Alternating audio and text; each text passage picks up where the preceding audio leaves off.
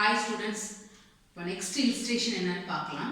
இதில் 6 transactions கொடுத்துருக்குறாங்க. என்னெல்லாம் பார்க்கலாம்.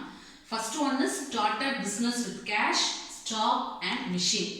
Started business பண்ணியிருக்கிறாங்க. ஸோ அதில் இண்டிவிஜுவலாக கேஷ் கொஞ்சம் அமௌண்ட், ஸ்டாக் கொஞ்சம் அமௌண்ட் அண்ட் மிஷின் கொஞ்சம் அமௌண்ட் போட்டிருக்காங்க. First transaction. Next one is credit purchase from Ramani. Purchase பண்ணியிருக்காங்க பட் கிரெடிட்டுக்கு, ஓகேவா. தேர்ட் டிரான்சாக்ஷன் வந்து payment made to Ramani in full settlement. Credit purchase பண்ணதை ரமணி வந்து ஃபுல் செட்டில்மெண்ட் பண்ணியிருக்கிறாங்க. So credit sales next transaction to Rajan. And fifth transaction, cash received from Rajan in full settlement. Credit sales யார் பண்ணிருக்காங்களோ அவங்க வந்து திருப்பி again full settlement பண்ணிருக்காங்க அந்த statement.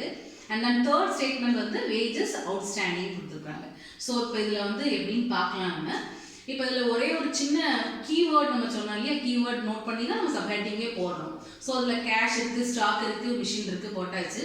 இன் purchase அப்படின்னு சொல்லும்போது இந்த பர்ச்சேஸ் டினோட் டு தி கிரெடிட்டார்ஸ்னு நம்ம போடணும், காலம் ஓப்பன் பண்ணணும்.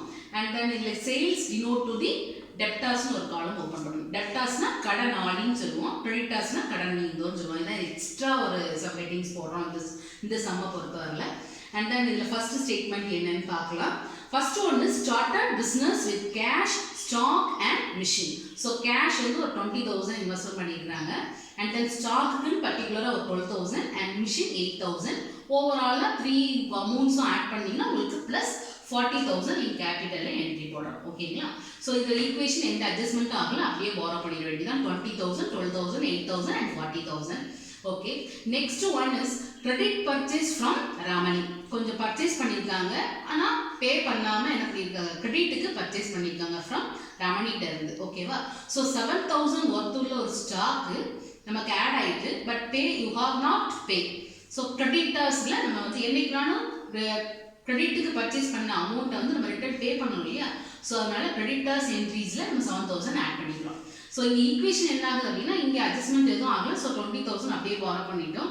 ஆல்ரெடி நமக்கு 12,000 ஸ்டாக் இருக்குது, அதில் ஆட் ஆகி 7,000 ஆட் ஆகி ஒரு 19,000 ஆட் ஆயிடுச்சு.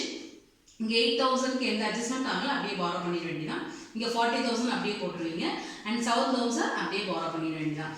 தேர்ட் ஒன் வந்து payment made to Ramani in full settlement. Ramani வந்து கிரெடிட் பர்ச்சேஸ் வாங்கியிருக்காங்க இல்லையா, ஸோ அந்த பேமெண்ட்டை நம்ம ஃபுல் செட்டில்மெண்ட் பண்ணணும். எவ்வளோ பண்ணணும்? இன் 7,000 rupees you have to pay, but 6,900 cash payment பண்ணியிருக்கிறாங்க. ஸோ அதில் கேஷ் பேமெண்ட் வந்து 7,000 கொடுக்கணும், but 6,900 you have to pay.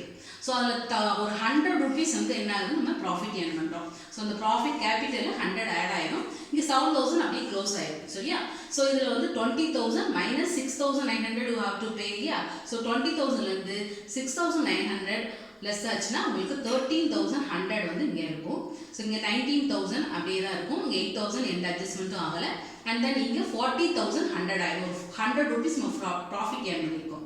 So already 40,000 வந்து நம்ம கேபிட்டல் அமௌண்ட் இருக்குது, இல்லை 100 ஆட் ஆகி 40,100 வந்துடும். இங்கே நெல் பேலன்ஸ் அப்படியே போட்ட வேண்டியதான். அண்ட் தென் ஃபோர்த் டிரான்சாக்ஷன்ஸ் என்னென்னா கிரெடிட் சேல்ஸ் டு ராஜன். அதாவது கிரெடிட்டுக்கு சேல்ஸ் பண்ணியிருக்காங்க இன் ராஜனுக்கு. அமௌண்ட் வந்து எவ்வளோன்னா 5,000 ஸ்டாக், 5,400 ஒர்த் உள்ள ஒரு ஸ்டாக்கை 6,000க்கு நம்ம என்ன பண்ணியிருக்கோம்னா கிரெடிட்டுக்கு சேல்ஸ் பண்ணியிருக்கோம். ஸோ இங்கே 600 நமக்கு ப்ராஃபிட் வந்துடும். ஏன்னா 5,400 ஒர்த் உள்ள ஒரு ஸ்டாக்கை நம்ம 6,000க்கு கிரெடிட்டுக்கு சேல்ஸ் பண்ணியிருக்கனால நம்ம டெப்டார்ஸ் காலத்தில் ப்ளஸ் 6,000 ஆட் ஆகிடும். ஸோ ப்ராஃபிட் நமக்கு 6,000 minus 5,400 equal to 600. So equation இங்கே இந்த அட்ஜஸ்ட்மெண்ட்டும் ஆகலை. 13,100. இங்கே உங்களுக்கு 19,000 ஆல்ரெடி ஸ்டாக் இருக்குது, அதில் ஒரு 5,400 ஒர்த் உள்ள ஸ்டாக்கை நம்ம சேல்ஸ் பண்ணியிருக்கோம் இன் கிரெடிட் சேல்ஸ், ஓகேவா. ஸோ 19,000ல் 5,400 சேல்ஸ் லெஸ் ஆகி அமௌண்ட் லெஸ் ஆகி 13,600 இருக்கும். இங்கே 8,000 எந்த அட்ஜஸ்ட்மெண்ட் ஆகலை, அப்படியே பாரோ பண்ணிடுங்க. இங்கே 6,000 அப்படியே தான் இருக்குது. இங்கே 40,100 ஆல்ரெடி கேபிட்டல் அமௌண்ட் இருக்குது, நம்ம இதுலேருந்து ஒரு ப்ராஃபிட் 600 ஏர்ன் பண்ணியிருக்கோம். ஸோ 40,100ல் 600 நமக்கு ஆட் ஆகி 40,700 இருக்கும். நெல் பேலன்ஸ் அப்படி போட்ட வேண்டியதான். அண்ட் தென் நெக்ஸ்ட் ஸ்டேட்மெண்ட் என்ன கொடுத்துருக்காங்க டிரான்சாக்ஷன் பார்த்தீங்கன்னா cash receipt from Rajan in full settlement அப்படின்னு. இந்த ராஜன் வந்து ஆல்ரெடி வந்து கிரெடிட் சேல்ஸ் பண்ணிக்கலாம், அவங்கள்ட்ட பேமெண்ட்டை நம்ம வாங்கி அவங்களுக்கு செட்டில்மெண்ட் பண்ணுறோம், கொடுக்கணும் இல்லையா. கிரெடிட் சேல்ஸ் யார் கொடுத்தாங்களோ அவங்களுக்கு நம்ம கொடுக்கணும் இல்லையா. ஸோ அப்போ அங்கே you have to pay 6,000 but receive the amount 5,800 நம்ம ரிசீவ் பண்ணிருக்கோம். ஒரு 200 நமக்கு லாஸ் ஆயிடுது. ஸோ அப்போ இங்கே 5,800 ஆட் ஆயிருக்கு, கேஷ் ரிசீவ் பண்ணிட்டோம். அவர் பேமெண்ட் பண்ண வேண்டி கொடுக்குறது யாருக்கு கொடுக்குறோமோ அவர் வந்து நம்மகிட்ட ராஜன் வந்து நம்மகிட்ட கொடுத்துட்டார். ஸோ 5,800 தான் கொடுத்துருக்காரு, ஒரு 200 வந்து அவர் இல்லை கொடுக்கலன்னு வச்சுக்கோங்க. ஸோ 6,000 கொடுக்கணும், பட் வந்து 5,800 நமக்கு செட்டில்மெண்ட் பண்ணி முடிச்சிட்டார். கிரெடிட் சேல்ஸ் வாங்கியிருக்கிறோம் இல்லையா, வாங்கிட்டு போனவர் கொடுக்குறாரு ரிட்டர்ன். ஸோ 13,100 ப்ளஸ் 5,800 ஆட் ஆகி உங்களுக்கு 18,900 இருக்கும். இங்கே எந்த அட்ஜஸ்ட்மெண்ட்டும் ஆகலை, 13,600 அப்படியே தான் இருக்குது. 8,000 அப்படியே பாரோ பண்ணிடுங்க. இங்கே 6,000 you have to pay. So அங்கே 5,800 பே பண்ணிட்டோம், அதனால் இங்கே 6,000 லெஸ் ஆயிடுச்சு, அதனால் 6,000 லெஸ்ன்னு போட்டுருங்க. இங்கே ஒரு -200 ஆயிருக்கு, லாஸ் ஆயிருக்கு. ஸோ ஆல்ரெடி நம்மகிட்ட வந்து கேபிட்டல் அமௌண்ட் 40,700 இருக்குது, அதில் 200 லெஸ் ஆகி 40,500 இருக்குது. ஓகேவா. ஸோ நெக்ஸ்ட் டிரான்சாக்ஷன் என்னன்னு பார்த்தீங்கன்னா wages outstanding. Day to day, per டேக்கு ஒர்க் பண்ணதுக்காக கொடுக்கக்கூடிய ஒரு அமௌண்ட்டாக தான் வேஜஸ்ன்னு சொல்லுவோம், கூலின்னு சொல்லுவோம்.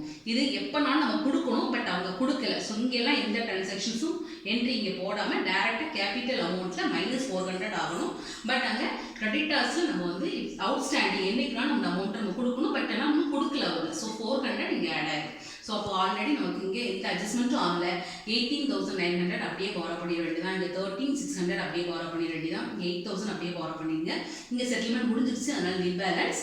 ஸோ இங்கே ஆல்ரெடி நமக்கு 40,500 இருக்குது, அதில் லெஸ் ஆகி ஒரு 400 லெஸ் ஆகி 40,100 இருக்கும்.